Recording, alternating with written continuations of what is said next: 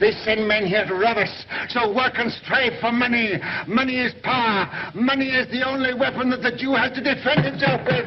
Oh, It's not every family that Hollywood makes an Oscar-nominated movie about, nor one that so successfully cements the Rothschilds' reputation as the most famous clan in the world.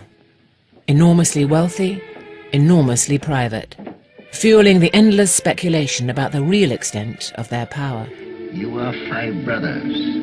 I want you each to start a banking business in a different country. In 2 centuries, they have funded war and peace, financed an entire continent, and founded a nation. They have given their name to a bank, a butterfly, a wine, and a kangaroo. And yet, for all their wealth, power, and influence, there is one class they believe they do not belong to. We shouldn't be in a series entitled The Aristocrats, because we're not. And we're not part of that tradition of English. Do you think upper now classes. not? Still not? No, definitely not. Because? We're Jewish, which means we'll always be outsiders. And as such, as Hollywood also made clear, the Rothschilds have never been afraid to stand apart. And if I can't hold the market, England's credit is gone. I'm giving all I've got to give for the peace of Europe. And whatever other Englishmen do tomorrow, I buy today.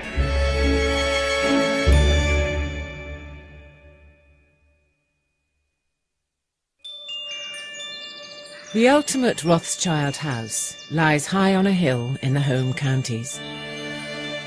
A fantastical creation that wouldn't look out of place as a Loire chateau or a Disney castle.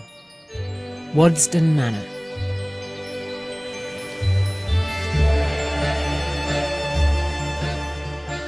Its interior is every bit as overpowering as its exterior, packed with priceless paintings, fabulous jewels, and fragile furniture. It's a National Trust house, but though the Trust own it, the Rothschilds still control and pay for it, much as they have done for a century. What's really different about Waddesdon to virtually every other National Trust house is that it's run by one man, Jacob Rothschild, Lord Rothschild. At Waddesdon, Jacob Rothschild feels that he is the owner, and like a royal palace, it's the sort of physical manifestation of Jacob Rothschild. Inside the house, far away from public view, the famously discreet billionaire is hosting a private party to celebrate an art world coup. In 2007, he paid £5 million for Jean-Louis Chardin's subtle masterpiece, Boy with a House of Cards. But now he's persuaded 3 of the world's top museums to lend him their Chardins, the copies of his painting. Only Lord R, as he's known, could do it. It was the first picture which he did of the fall. So it gets simpler as he develops it. Very good. It is good. I think it's rather wonderful seeing them together. Yes, it is. Good morning, everybody. Thank you very much for coming. I'm just here to welcome you to our Chardin exhibition, taking time. The ones at the top were the very first that Chardin made. That's where he's experimenting and inventing the composition and the subject. He employs the country's leading Chardin expert. And today, she's tour guide to his wealthy and powerful friends. A singleton. So that was a singleton. A Sainsbury, an ambassador's wife, a clutch of European cousins. Which makes this lovely sort of arch. And I think I'm right in saying that the two pairs of the Sky Boy and the Sky Boy have never been actually seen together. They've never been seen together. Nevertheless, her employer can't entirely restrain himself from correcting his own expert, or showing off the Venetian paintings next door. Emphasised the extraordinary extravagance of the lightings. There were thousands and thousands and thousands of candles. Do you think it's true, Juliet, Farnese and his family were interior decorators? And that they were... Jacob Rothschild is one of the most influential men in Britain. Some say the most. His guests at Waddesdon are not confined to the nobility and newly rich. Royalty and presidents also come here, each time planting a tree in commemoration, their spades left gleaming in the corridor leading to the visitor lavatories.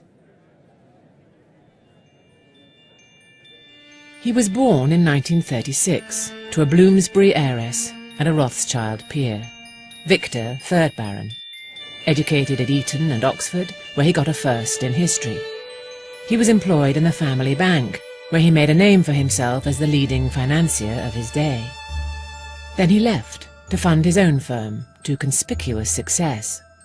With a huge fortune, a run of high-profile achievements, and a lineage stretching back 2 centuries, he certainly appears the consummate toff. But I'm not an aristocrat, please. You think not? No. Why not?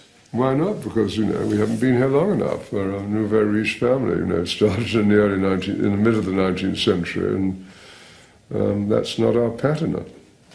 I like the British aristocracy and admire them in many ways, but we're not really part of that world. It is a remark that characteristically conceals more than it reveals.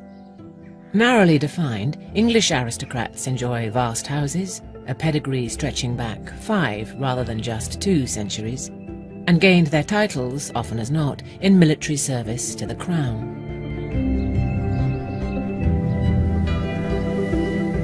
At the time Blenheim was being built, 40 miles up the road, Jacob Rothschild's ancestors were living, without a name, in the Frankfurt ghetto.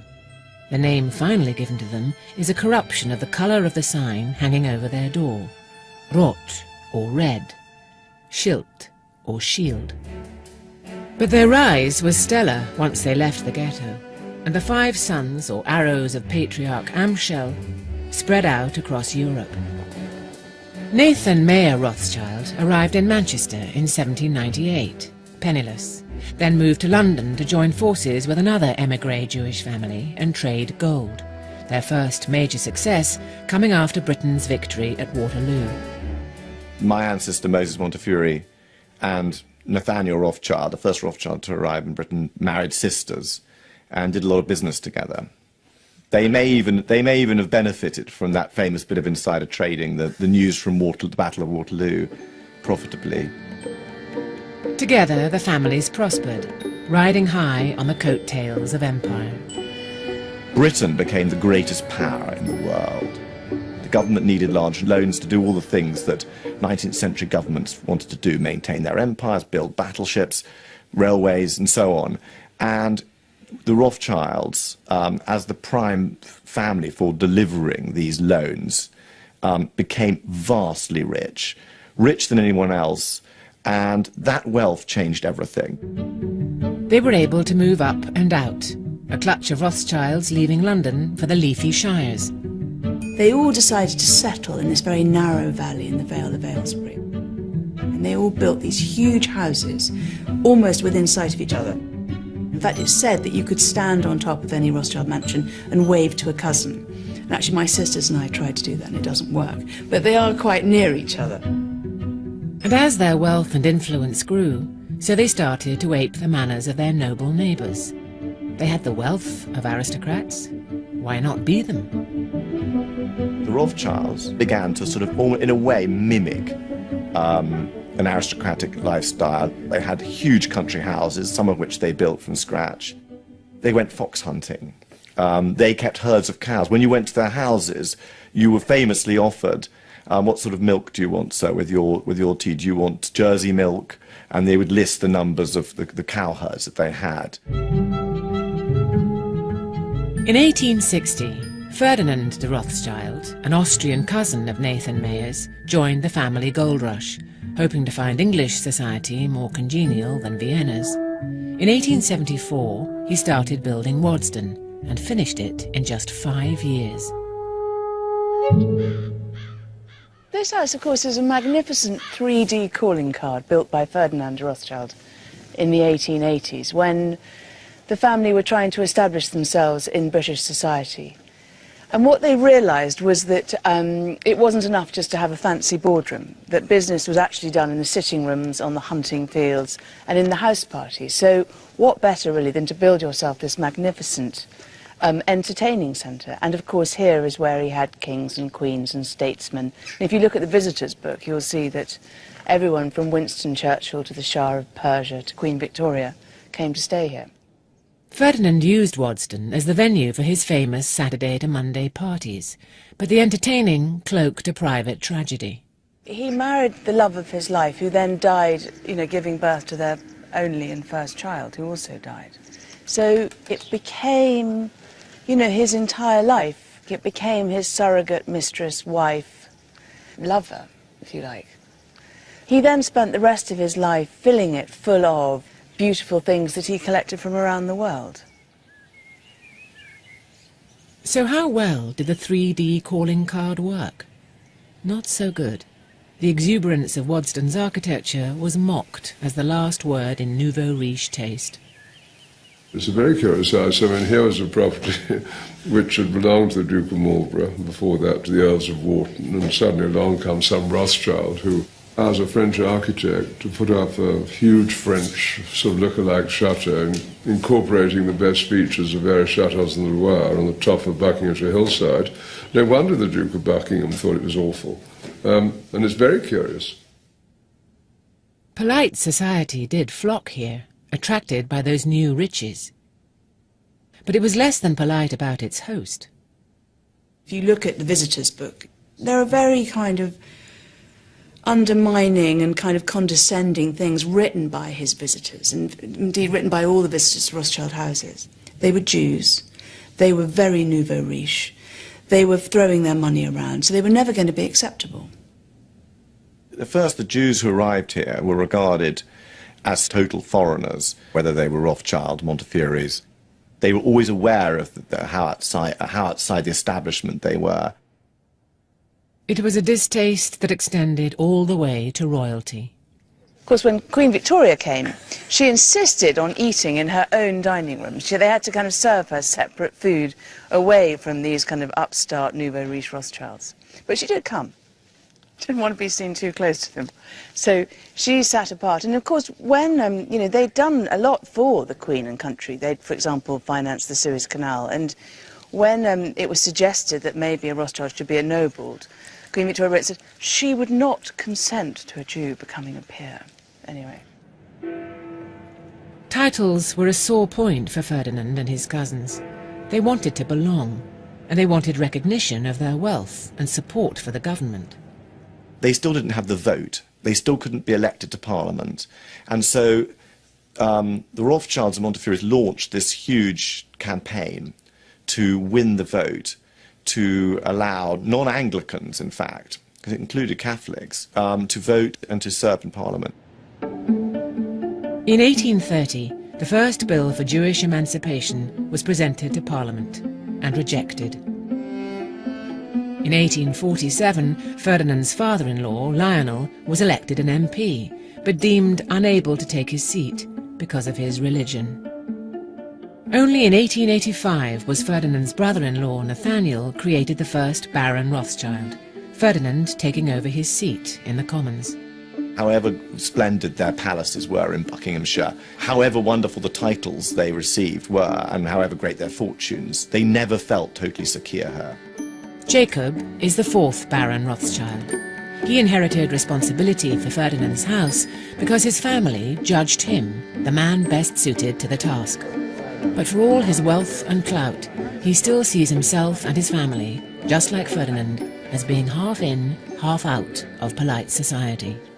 We were immigrants from the ghetto, not part of the British aristocracy. We may have become part of the British establishment to a certain extent, but that's a rather different thing. They always remained semi-inside, semi-outside.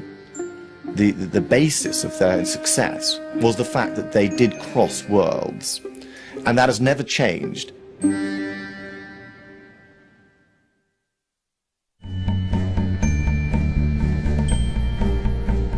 Jacob Rothschild's HQ is Spencer House in the heart of Mayfair, just a block from his friend Prince Charles's home at St James's Palace.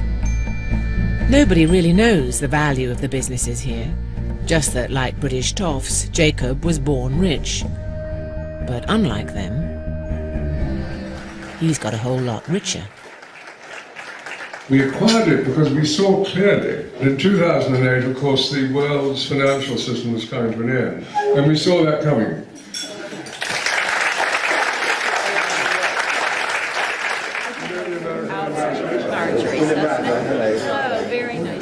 Connections and cash are the hallmarks of this very private Rothschild.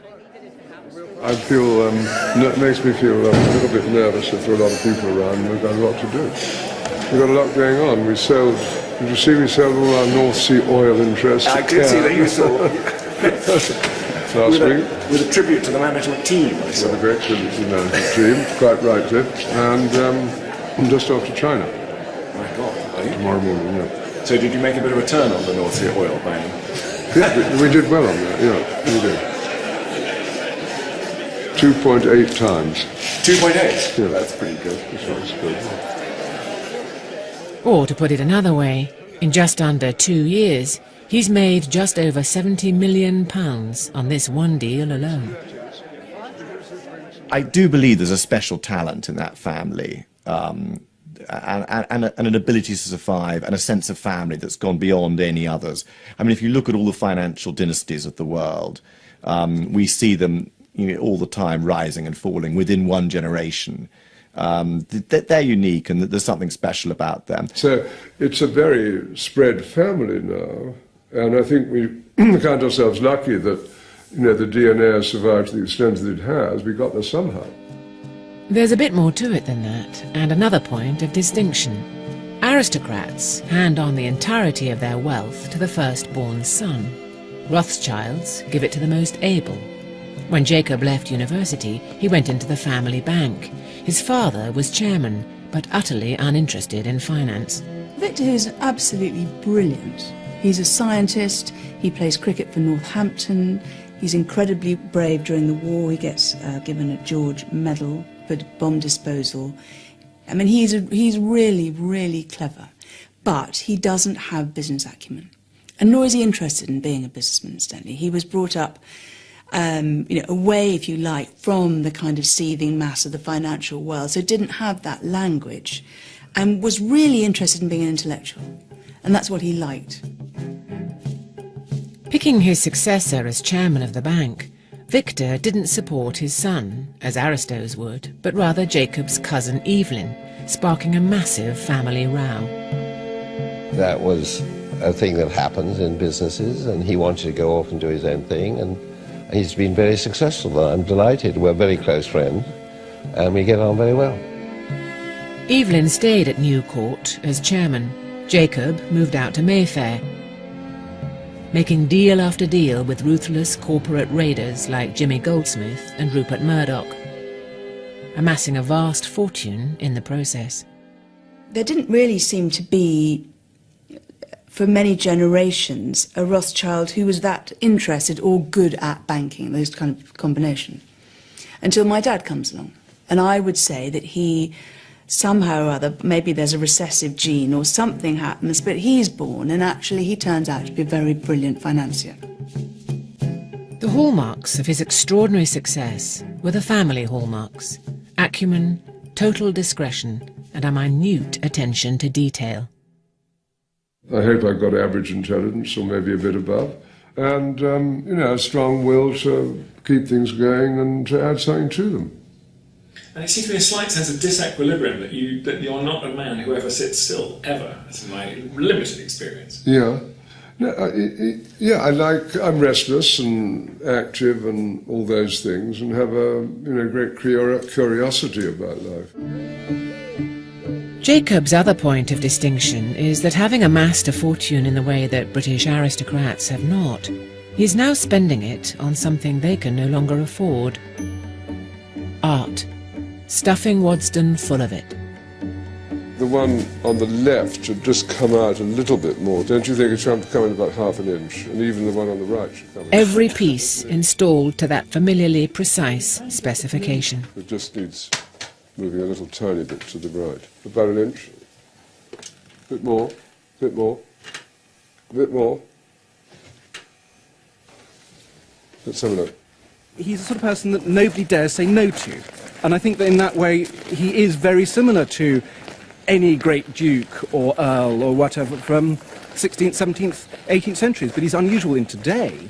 He doesn't try and hide behind a closed door.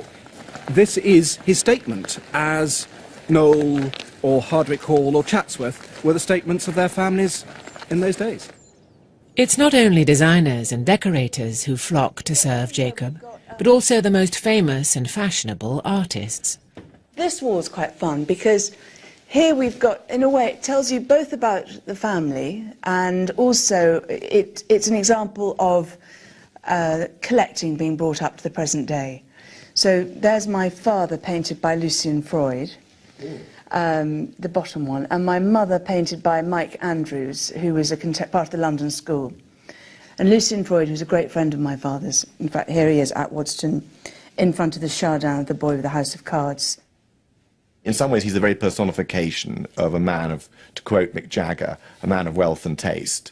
And he's an amazing collector, philanthropist, and the rest.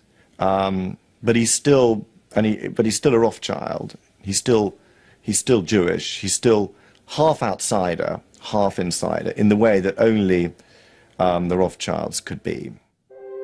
So Jacob's acquisitions are informed by his family's history and the Rothschilds' tenuous place in society, a tension evident in the next exhibition planned here. Is that heavy or is that all right? No, okay, brilliant. Thanks. Okay. So this is Edmund de Waal is Britain's foremost potter. Just one of his fragile creations will set you or I back a minimum of £500,000. Today, Jacob Rothschild is taking delivery of 10. All and more, the title of Edmund's first installation, is painstakingly manoeuvred into place. Is it okay? Yep. That's fine. Everyone breathe out.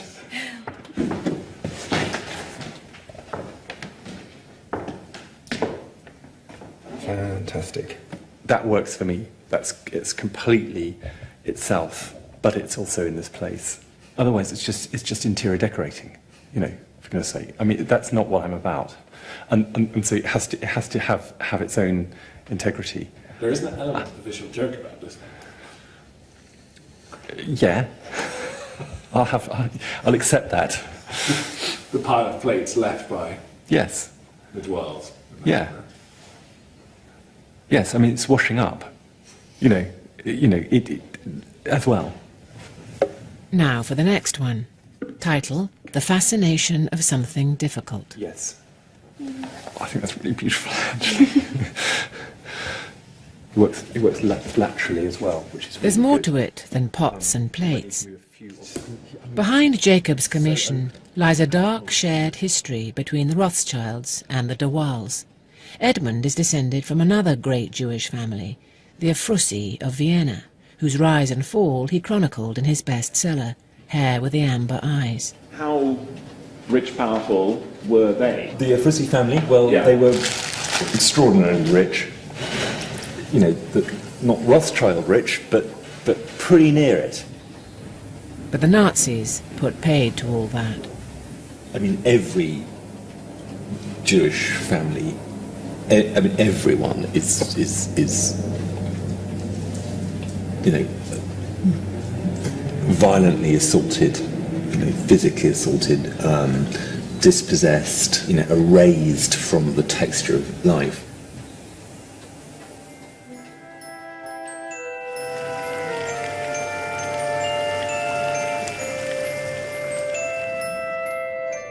These objects are doing something slightly different from your other objects in the room, trying to make a line in space, of trying to hold something in space so you can see through, you can see the frame. Today, Edmund's ceramics are to be unveiled. The lure of Britain's foremost potter and one of its richest men is catnip to the world's media. But art connoisseurship keeps being supplanted by the two families' tangled past. Hello, hi, how are you? Hello. Nice to see you, congratulations. Lovely to be here, and the sun's shining. This is American Radio is poised with a question that's on every reporter's lips. Rothschild, this is Vicky. Hello, Darby, who's Vicky making. Barker. Okay, Nice to meet you. Hi. So sorry, I was hoping to just ask you a couple of questions. Okay, try. All right, a slightly bullshy question, which is, having read the book of this family that was as enormously wealthy as the Rothschild family, and that and then lost everything so catastrophically through circumstances far beyond their control. Was there a little part of you that, when you're with Edmund, thinks, well, if the wheel had turned slightly different, maybe our roles might have been reversed? Well, they were. I mean, we didn't do that well in the war, I can tell you. We had an extremely tough time, and we just chose different paths after the war. We did what we did, which was to continue to be involved in banking and investment and all that. And there's been something of a renaissance in the post-war period. We had a very, very tough time during the war. He's got an immensely distinguished career as a writer and as an artist, and as a writer. But also, I mean, all the French family and Viennese family and German family, Rothschild cousins of yours, I mean, had appalling time. Appalling. I mean, the Vienna. I mean, if you take the Austrian Rothschilds, yes. They didn't survive as a factor after the war. Yeah. If you take the German Rothschilds, they'd actually gone before the Second World War. If you take Naples, they went at the time of the reunification of Italy, thereabouts. So, you know, we've had a tough road. Yes.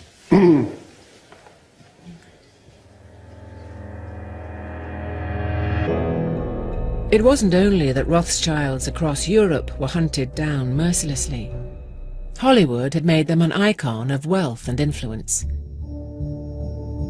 Goebbels decided to turn that image to his advantage, making his own film, in which they were depicted as the front of a conspiracy to take over the world.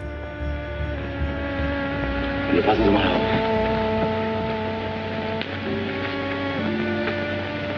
London? Wie? Neapel? Hier in Frankfurt ist unser Stammhaus.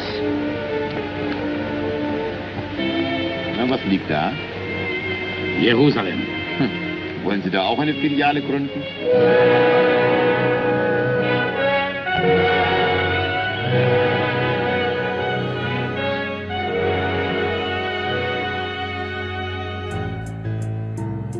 The Nazis' poisonous legacy lives on in 1,000 crazed internet conspiracy theorists who depict Jacob Rothschild as the ruler of a global dominion. Their anti-Semitic ravings fueled by the family's long-standing links with Israel. Edmund Rothschild funded the first Jewish settlements in Palestine. Jacob's grandfather Walter received the Balfour Declaration.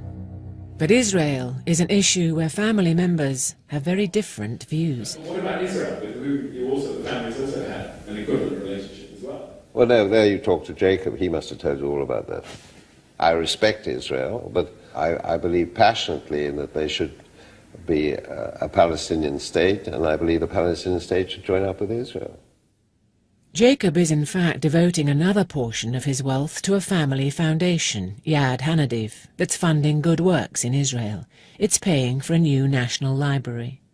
In the case of Israel, it's a particularly complicated vision because we've got a very large Arab minority in Israel. We've got neighbours, and you know, if one can build bridges in those contexts to a national library, so much the better. Whatever the rights and wrongs of the country and Jacob's involvement, the fact of it is another point of difference between him and the more parochial English nobility, making him the true heir of his ancestors who held Europe in fee. But it doesn't stop there.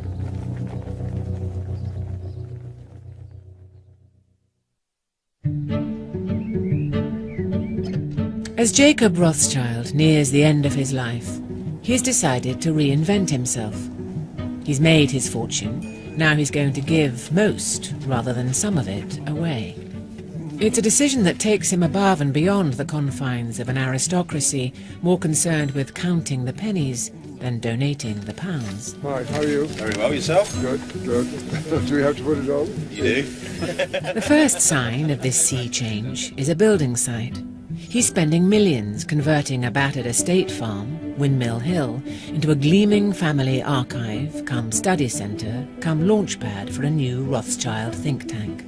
Where Waddesdon makes you think of Ruritania, Windmill Hill conjures up California rather than the home counties. another sign of the global reach of the man behind it. Took up the whole of that space. Wouldn't that make sense? Don't you think? But it's a global reach founded on that familiarly infinite capacity for taking minute pains. Wouldn't you start right on that edge there and make Windmill Hill much higher, 5 areas much smaller? Yes. Right, okay. Yes, yes, I could do that. There's nothing he likes more than building a new house, or a new, archive, or a new whatever. So Why? I think it's a form of creativity, actually. I think really it's a way of expressing his creativity. And every single brick that goes into those buildings is personally overseen.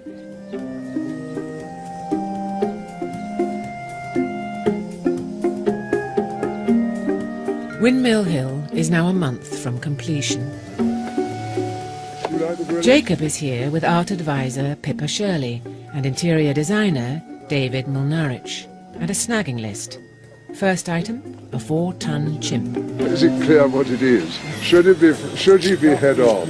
I think I preferred him when he was a bit more twisted, actually. Yeah, I think you're probably right. It was tempting to have it like that, but you really can't see what. And coming up, you see it better, because otherwise you can't see what it is. You can't see what it is, no. Jacob collected work by Brit Art star Angus Fairhurst, right up to his suicide 2 years ago. Gorillas were the subject of his endlessly troubled fascination. More lengthways, don't you? Now, it might look different then, mightn't it? It might. And you could try, nice to have somebody just, moving it around a bit. The guy should be here so I can go and get them. It's all part of Jacob's stash of achingly fashionable art that Windmill Hill is to be home to. But nobody can be found to move the bronze behemoth, so it's off to check on the contours of his new lawn.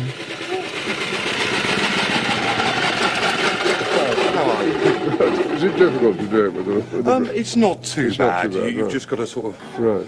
There's suspension in this bar, which kind of helps it go up and down over the curves. But I see. And that's the continuation of the rolling line. Yes, one more go, yes. Yeah. That's wonderful. Brilliant. It's coming on, isn't it? It doesn't worry you a bit, David, that it's sort of significantly higher than any of the other rolls. When it's green, I don't think it will. Well, that's the question. Can we go and look at it from close on? The mound and there. To create a grass lawn, so we just... See, the other thing is... I put it long ways, looking into the garden.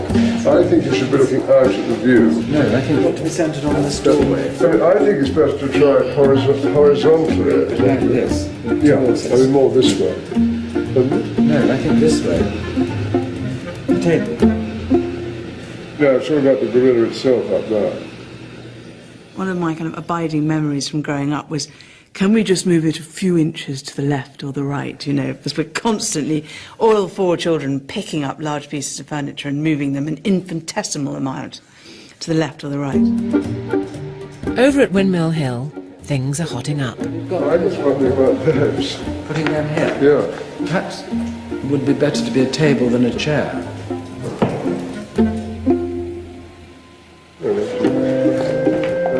A little bit this way. That's it, about that. That's better, you see, isn't it? Okay. Can we just try it sort of 3 inches more this way still? No, this way. The angle. No, the other way.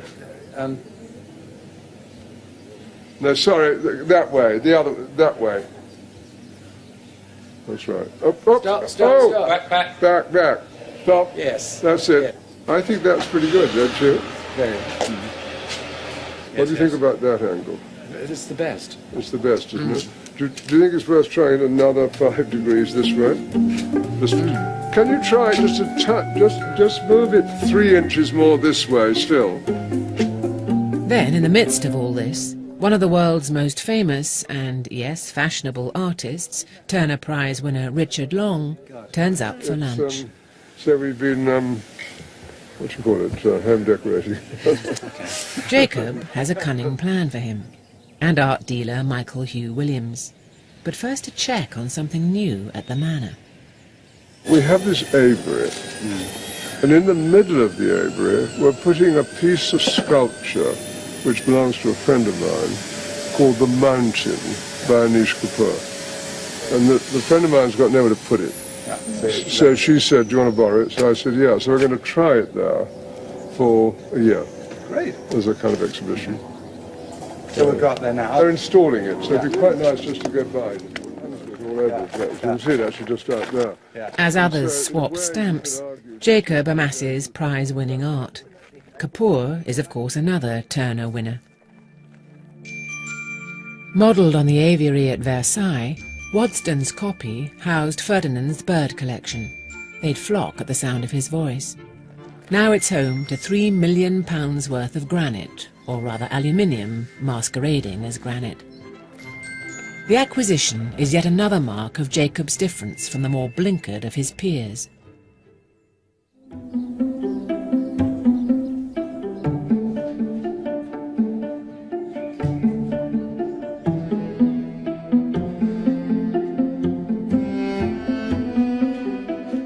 A week later, and back at Windmill Hill, he's persuaded Richard Long to decorate his archive with not one, but two artworks.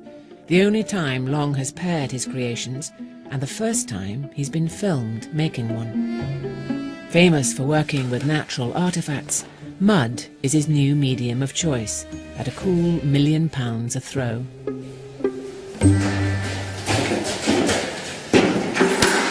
I think it might be a little bit more water. Where's the water?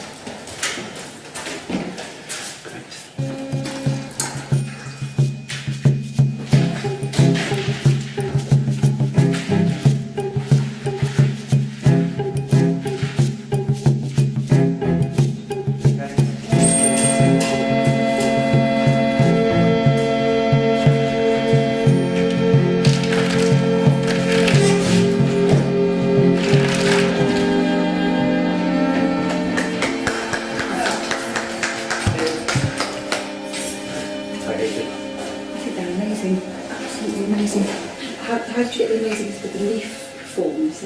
Years of practice. That's what you say.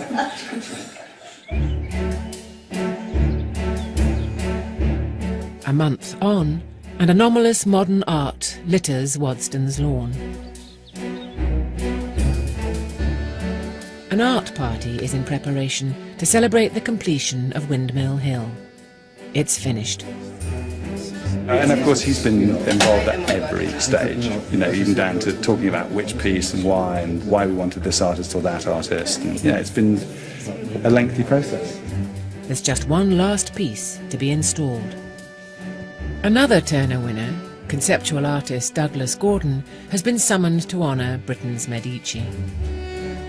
My only contact has been wine. What, drinking it? Yeah. And how's that gone? It went down very well. He's preparing an installation to honour victims of torture, amidst the bone china and fine wine. The gold sculptures symbolise hacked-off limbs, albeit hacked-off limbs worth over £500,000.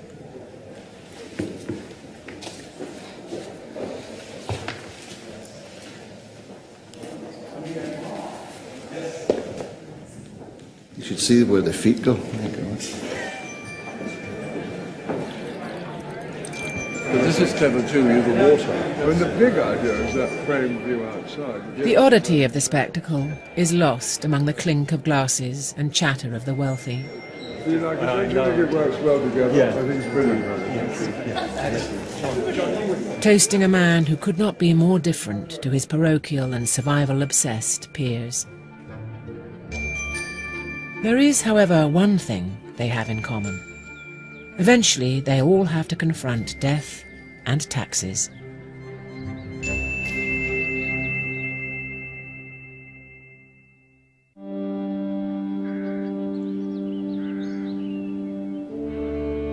Death comes to us all, peer, pauper, and billionaire.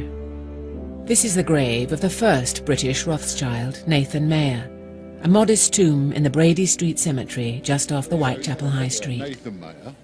That doesn't give his title. No, Nathaniel Mayer, Amschel, Rothschild. No. You look here. Nathan Mayer's no title. No title. Why Well, do he they was the say- one with the Napoleonic Wars, wasn't he? You need really a proper historian to find these things. Sorry. We know our limitations. The Rothschild way of death has always played a key part in maintaining the family's wealth and marks a very final point of difference from the British nobility. Toffs rely on primogeniture, inheritance by the firstborn son. But from time to time, the lottery of DNA has played havoc with the ideal of seamless transition. Casualties we have come across in this series include Jamie Blandford, heir to the largest palace in Britain. What's your legacy going to be? I don't know. I don't think I've got the strength. It's not that bad a headache. Come on, man. For God's sake. He crumpled at the prospect of his inheritance, took to crack aged just 25, and has only just got clean. I'm looking for a four-leafer. Then there's Anthony Ashley Cooper, 10th Earl of Shaftesbury. He couldn't turn round his crumbling Dorset estate and took to drink. He fled to France, fell prey to an escort, Jamila Mbarak, and then he disappeared. And there was a sense like, oh, you know, shit, something's happened here, because you always felt like something was going to happen. A year later, the hapless Earl's body was discovered in a remote alpine ravine, murdered at his new wife's instruction. Even the sanguine Earl of March, presiding over the success that is Goodwood, admits to a residual fear that he won't make it. Well, I absolutely couldn't deny that I don't fear failure. Absolutely, I'm. You know, I wouldn't want to be the one to screw up. There is an English model which is, you know, botched alliances and the kinds of marrying your daughters to the wrong thick prince. But what the Rothschilds do is they're bloody savvy. You know, they always seem to be on the up. There's no completely easy assumption about who, just because you're the oldest, you're going to run the bank.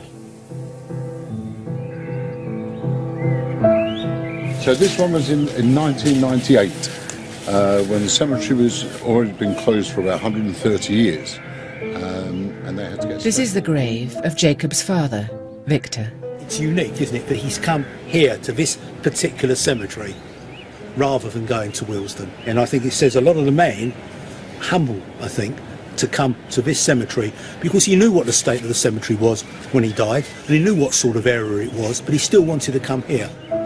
It took an act of Parliament to get him buried here. Only a Rothschild could do it. But then perhaps only a Rothschild could not have handed the running of the family bank to his son. But brutal as it seems, he was following family tradition. So, you know, they kind of get it right. You know, they kind of look hard round the family and find the right person to take it forward. You know, but there is that hard look. Yeah. There hasn't been that kind of English descent into kind of the weak-chinned aristocracy. Ironically, Victor's son now has a succession headache all of his own. Waddesdon. Jacob was chosen by his Aunt Dorothy as the best qualified Rothschild for the job.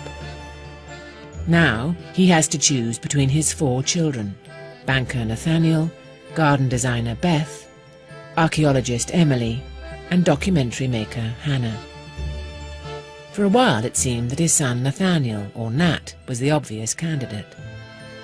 It seems to me that the present generation are doing okay. My son's commercial life, financial life, is going great guns. Yeah. So you see, you know, he was on his mother's side. Her grandfather was a great entrepreneur.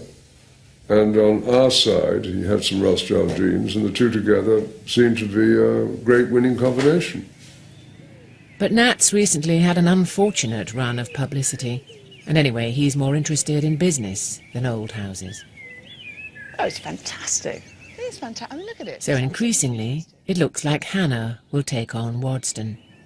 What does it mean to be a Rothschild to you? What did it mean to you, sort of growing up? I think I was quite overawed by it because, of course, it's a name that people recognise.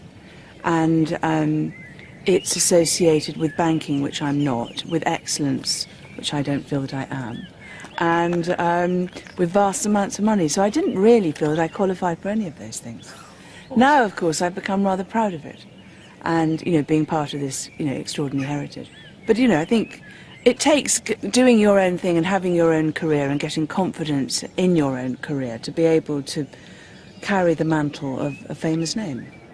It remains the most sensitive of questions. Today at Spencer House, Jacob is installing a piece by Tony Cragg, the 4th Turner Prize winner he's accommodated in a year. I do like this very much, actually, don't you? Over the weekend, there's been speculation that he has finally decided that Hannah will get Waddesdon. What happens to Waddesdon on the hopefully not too close day when you're not around? Yes. What is your intention? Well, that's a highly personal question. Yeah. But, you know, I've got a wonderful daughter who's deeply interested in it, Hannah. Yeah. 2 other daughters, a son, a foundation which has become much bigger in the last 20 years. So it'll be well looked after. Okay, thanks. However tricky this question, this is the way that the Rothschilds have ensured that, unlike much of the British aristocracy, they don't crumble into chinless obscurity, and that century to century their influence, power and wealth grow and grow. The Rothschilds are totally unique. They're not an ordinary aristocratic family, they're not an ordinary financial family. They're unique and they are supra-class.